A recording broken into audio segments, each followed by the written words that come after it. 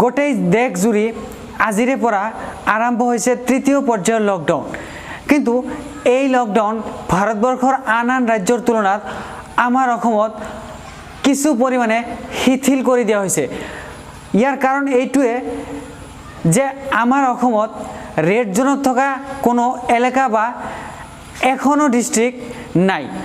অৰ্থাৎ অসমৰ মাত্ৰ 4টা ডিস্ট্ৰিক্ট অৰেঞ্জ জোনত আৰু বাকি যিকেইটা ডিস্ট্ৰিক্ট অৰ্থাৎ 29টা ডিস্ট্ৰিক্ট গ্ৰীণ জোনত ৰখা হৈছে। আৰু যাৰ কাৰণে এই তৃতীয় পৰ্যায়ৰ লকডাউন আমাৰ অসমত বহু পৰিমাণে শিথিল কৰি দিয়া হৈছে। আমাৰ অসমত বৰ্তমান অৱস্থাত ৰেড জোনত থকা ডিস্ট্ৰিক্ট 0 আৰু অৰেঞ্জ জোনত থকা ডিস্ট্ৰিক্ট মুঠ 4খন। আৰু এই 4খন ডিস্ট্ৰিক্ট হ'ল মৰিগাঁও, বঙাইগাঁও, গোৱালপাৰা আৰু ধুবুৰী। আৰু গ্ৰীণ জোনত বাকি 29খন ডিস্ট্ৰিক্ট আছে। আৰু যাৰ কাৰণে আমাৰ অসমৰ তৃতীয় পৰ্যায়ৰ লকডাউন বহু পৰিমাণে শিথিল কৰি দিয়া হৈছে।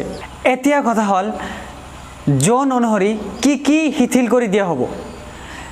গ্ৰীণ জোনত আটাইতকৈ বেছি পৰিমাণে শিথিল কৰি দিয়া হ'ব, কাৰণ গ্ৰীণ জোনত থকা ডিস্ট্ৰিক্টসমূহত কৰোনা ভাইৰাছত আক্ৰান্ত হোৱা মানুহৰ সংখ্যা খুবেই কম। আৰু যাৰ কাৰণে গ্ৰীণ জোনত থকা ডিস্ট্ৰিক্টসমূহত দোকান পোহাৰ আদিৰ পৰা গাড়ী মটৰলৈকে কিছু পৰিমাণে খুলি দিয়া হ'ব। গ্ৰীণ জোনত অটো ৰিক্সা, বাছ এইসমূহ অলৰেডি চলাচল কৰা আৰম্ভ কৰিছে কিছু পৰিমাণে। কিন্তু বাছত অকল 50% যাত্ৰীবাহীয়েহে চলাচল কৰিব পাৰিব।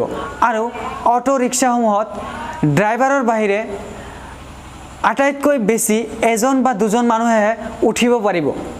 ইয়াৰ উপৰিও অনলাইন যোগে যিকোনো বস্তু ক্ৰয় কৰিব পাৰিব। কিন্তু গ্ৰীণ জোন হওক বা অৰেঞ্জ জোন হওক, মানুহ বাহিৰলৈ ওলোৱাৰ সময়ত মুখত মাস্ক থকাটো অনিবাৰ্য, অৰ্থাৎ এইটো বাধ্যতামূলক কৰি দিয়া হৈছে। কিন্তু এই ক্ষেত্ৰত অৰেঞ্জ জোনত থাকিব বহুত কঠোৰতা। অৰ্থাৎ এতিয়ালৈকে অৰেঞ্জ জোনত থকা ডিস্ট্ৰিক্টসমূহত কিছু কঠোৰ নিয়ম বান্ধি দিয়া আছে। এতিয়ালৈকে আমাৰ অসমত মুঠ 4টা ডিস্ট্ৰিক্ট অৰেঞ্জ জোনত ৰখা হৈছে। আৰু সেই 4টা ডিস্ট্ৰিক্ট হ'ল মৰিগাঁও, বঙাইগাঁও, গোৱালপাৰা আৰু ধুবুৰী। এই 4টা ডিস্ট্ৰিক্টত তৃতীয় পৰ্যায়ৰ লকডাউনৰ সময়ত অৰ্থাৎ 17 তাৰিখ পৰ্যন্ত থাকিব বহুত কঠোৰ নিয়ম।